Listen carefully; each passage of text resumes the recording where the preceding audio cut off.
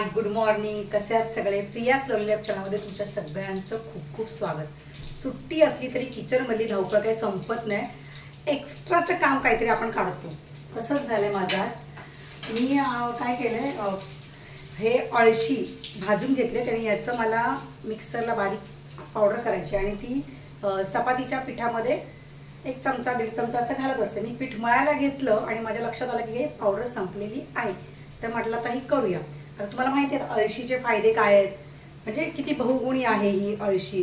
याच्यामुळे आपलं पचन सुधारतं, मधुमेह, कोलेस्ट्रॉल, नंतर हृदयरोगाचा धोका, म्हणजे असं बरेचसे त्याचे फायदे आहेत. तर त्याच्यामुळे ते हे पीठ मी करते, असं भरून ठेवते पावडर करून आणि चपातीचं पीठ मळताना त्याच्यामध्ये टाकत असते. त्या सुट्टी आहे ना, हे काम करायचं. आरोग्यम धनसंपदा, वयाच्या ठराविक टप्प्यानंतर हे कळतं आणि एखादा प्रसंग आयुष्यात येऊन गेला की आपले डोळे खडकन उघडतात आणि मग आपण जे काय करायचं तेवढं करत असतो, कारण आपल्याला जगायचं असतं ना, जगण्यासाठीची धडपड. तर जेव्हा आपण म्हणतात ना ऐन भरात असतो तेव्हा आपल्याला काय कळत नसतं, ते चलताय सब, काही खा, कारण तेव्हा ताकद असते. आता आज करणार आहे मी नाश्त्यासाठी पोहे. कारण एरवी काय असतं माहिती का, नेहमीच असतं ना, अंडी उकडा, प्रोटीन पावडर आहे, प्रोटीन शेक आहे, सगळं आहे. तर आज सुट्टी असली की जरा वेगळं करायचं, तर पोहे खायची इच्छा झाली. आज पण फ्रूट्स आहेत, प्रोटीन शेक आहेच, फक्त आज अंडी नाहीत, त्याच्याऐवजी पोहे. चला, फायनली सगळं आवरून झालंय. सुट्टी असली की खूप कामं असतात, पण आता म्हटलं जरा निवांत बाल्कनीत बसावं.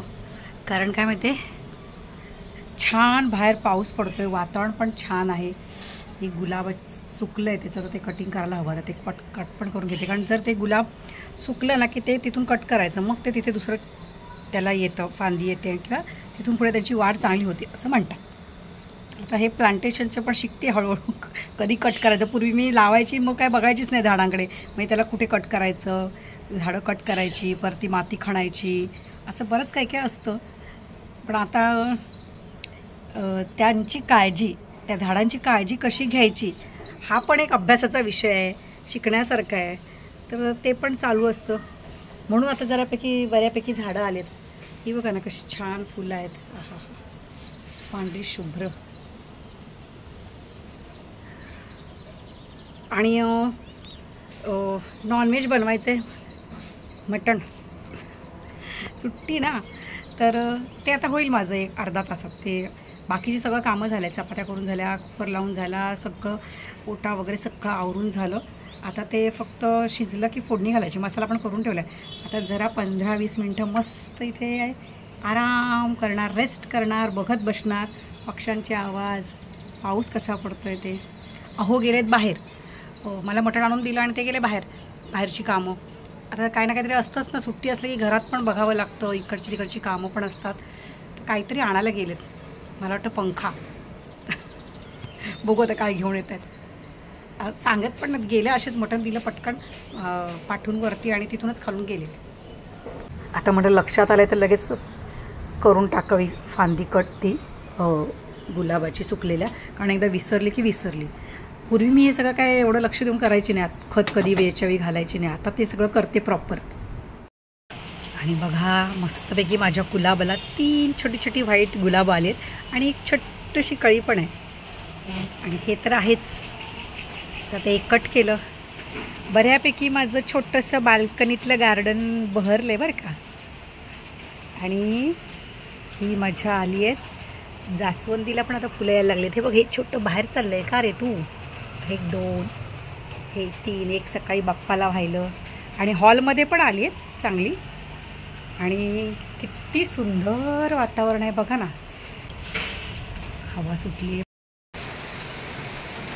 ढगांचा गडगडाट सुरू आहे आणि भारीपैकी जोरदार पाऊस सुरू आहे. आहा हा हा हा, ढग नुसते भरून आलेत.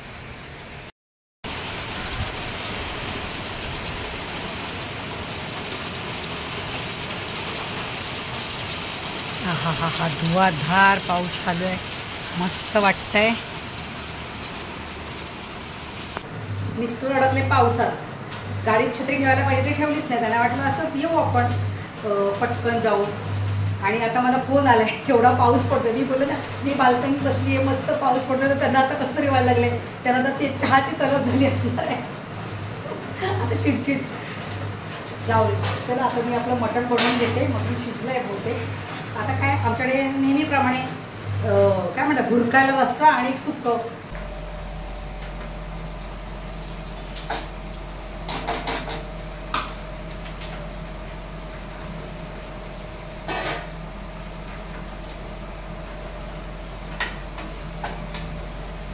अडकलाय पावसात. गाडीत छत्री ठेवा. आणला फॅन. अरे वा. किचन मधला फॅन बंद झालाय, त्यासाठी गेले होते.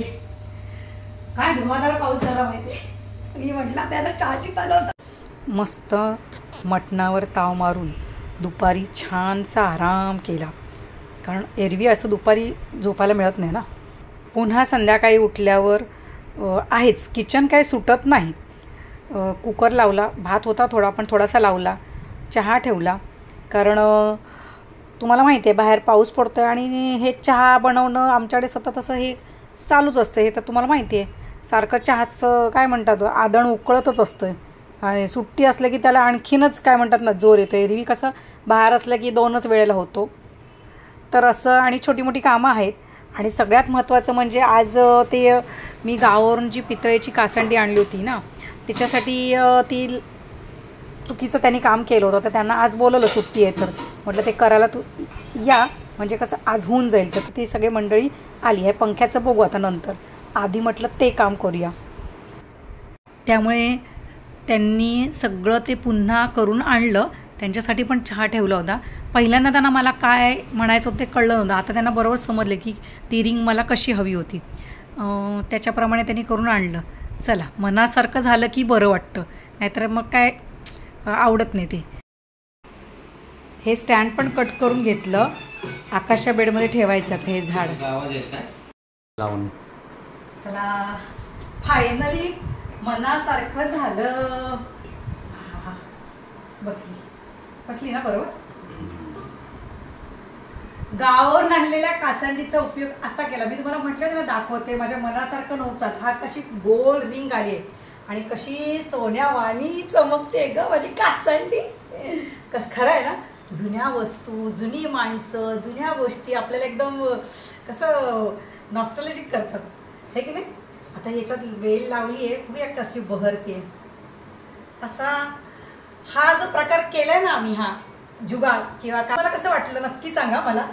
गावी याच्यानी आपण पाणी प्यायला करतो आहे की नाही, पाणी द्यायला वगैरे करतात किंवा दुधासाठी करायचे पूर्वी. तर आता ह्याच्यात आणून हे लावले. तर नक्की तुम्ही मला कमेंटमध्ये सांगा की कसं वाटतं हे. तर आजचा व्हिडिओ याच नोटवर एंड करते. मस्त राहा, स्वस्त राहा आणि एन्जॉय करा. Bye, take care.